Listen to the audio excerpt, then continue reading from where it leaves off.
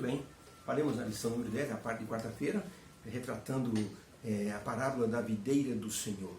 Israel comparada a uma vinha. Um escritor, ele disse que viu quando um homem fazendeiro tinha uma vinha muito linda, dava lindos cachos, ele ia até lá muitas vezes para receber alguns cachos daquela uva rosada, muito linda. Depois de um certo tempo, a videira começou a minguar os frutos, começou a diminuir e começou a dar uma safra ruim. Durante uns 2 anos, aquele fazendeiro olhou para aquela videira e disse: sabe uma coisa? Está secando, eu vou cortar e queimar os galhos dessa videira. O empregado disse: patrão, me deixa cuidar dessa videira, eu sei como vou fazer ela voltar ao normal. O patrão disse: tudo bem, então veja o que você consegue fazer. Aquele funcionário podou alguns galhos que estavam amarelados, ele colocou adubo assim, no pé da videira, fez uma espécie de um rego, uma valeta em volta, colocou bastante água e o tempo foi passando. Depois de 6 meses, as primeiras folhas apareceram. Naquele final do ano, a colheita daquela videira foi maravilhosa. O patrão diz: olha, você tem uma mão muito boa. Diz: patrão, só precisava de um pouco de atenção e de cuidado. E ela passou a produzir de forma normal. O povo de Israel estava diante de Deus como se fosse uma videira. O salmista e alguns profetas chegaram a dizer ao povo que eles estavam numa situação delicada porque haviam se entregue à idolatria e não estavam produzindo frutos que Deus esperava. Por isso, o povo precisava de uma confissão e de um arrependimento. O povo precisava de melhora. E isso só Deus podia fazer. Deus tinha uma expectativa de que o povo, aquele povo de Israel, o povo escolhido, pudesse ser um povo diferente, pudesse ser uma bênção para outras nações. Mas eles falharam. A pergunta número 4 é, ao lermos o Salmo 80, como o povo do Senhor ele é descrito e o que eles desejavam obter de Deus. Salmo 80, tu que és pastor de Israel, ó Deus, dá ouvidos a todos nós e nos guias como se fosse um rebanho. O Senhor que se assenta entre os querubins, ó Senhor, desperta o teu poder e vem salvar-nos. Faze-nos voltar, ó Deus, para a nossa terra e faze resplandecer o teu rosto sobre nós e salva-nos, Senhor. O Senhor nos trouxe do Egito como se fosse uma vinha. O Senhor arrancou ela do Egito e plantou na terra que o Senhor preparou e fizesse com que deitasse raízes essa videira e ela encheu a terra. Os montes foram cobertos com a sua sombra e os seus ramos se fizeram como formosos cedros. Ela estendeu a sua ramagem até o mar e os seus ramos até os rios. Ó Deus dos exércitos, volta-te, Senhor, por favor, nós te rogamos, atende do céu e vê, Senhor, o seu povo e visita esta videira, a videira que a tua destra plantou. Ela está queimada pelo fogo, está cortada, pereceu pela repreensão da tua face. Assim nós não te viraremos o rosto, nem as costas. Guarda-nos, Senhor, em vida, invocaremos o teu nome. Faze-nos voltar, Senhor Deus dos exércitos.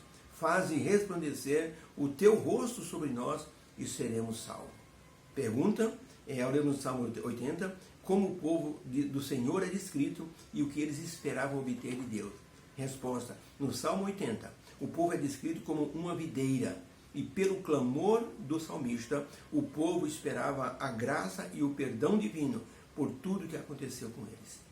Nessa situação em que o povo estava, nós podemos ver que os salmistas, eles gostam de mostrar a história do povo saindo do Egito, gostam de mostrar a mão de Deus atuando para retirá-los com mão forte, para que ele pudesse levar para a terra prometida, dirigindo eles com bondade, com graça. Os salmistas mostram como as decisões erradas do povo levou-os a receberem castigos como consequência dos seus atos errados. Gostam de mostrar a benevolência de Deus atuando para perdoá-los. O salmista chega a comparar o povo a uma vinha que Deus arrancou do Egito e plantou na terra prometida. Uma terra fértil, de abundância, que mostrava pela graça o cuidado divino com seu povo. Era Deus que fazia o povo prosperar. Quando o povo ia entrar na terra, Moisés disse: vocês devem saber que Deus está colocando diante de vocês a bênção e a maldição. Se vocês escolherem o Senhor, a bênção virá.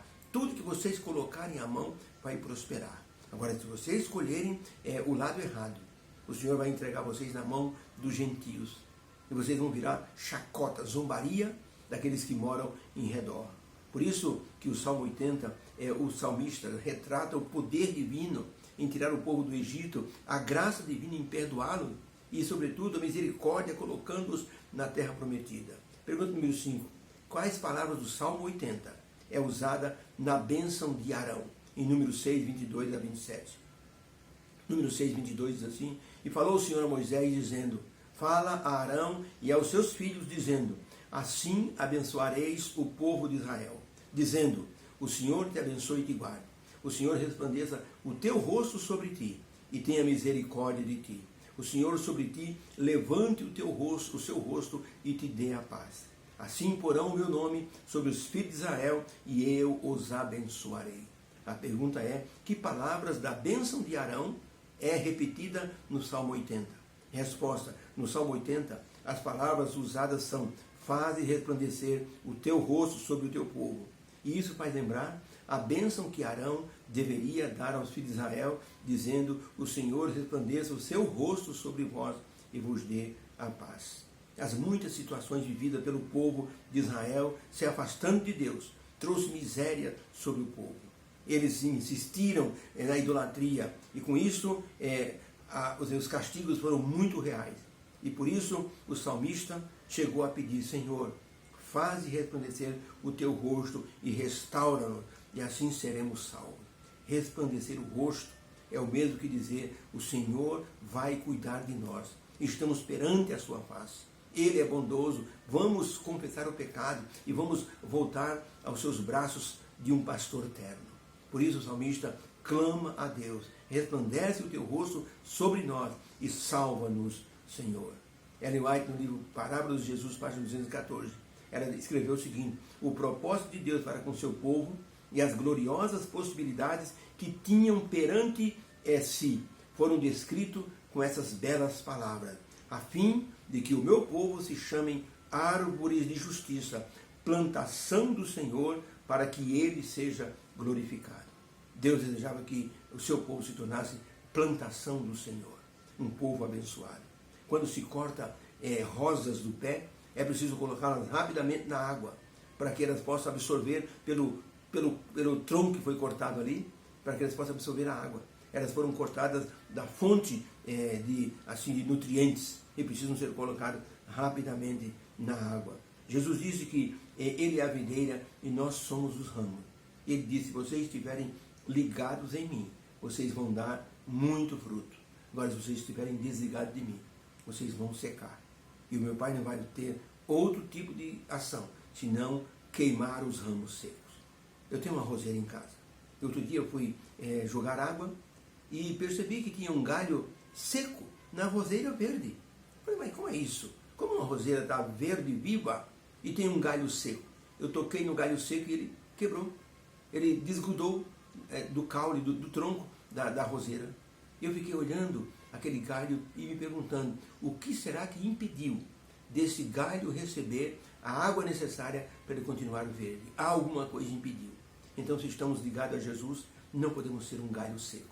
Era o que o salmista estava dizendo em seu clamor: Senhor, nós somos a sua videira.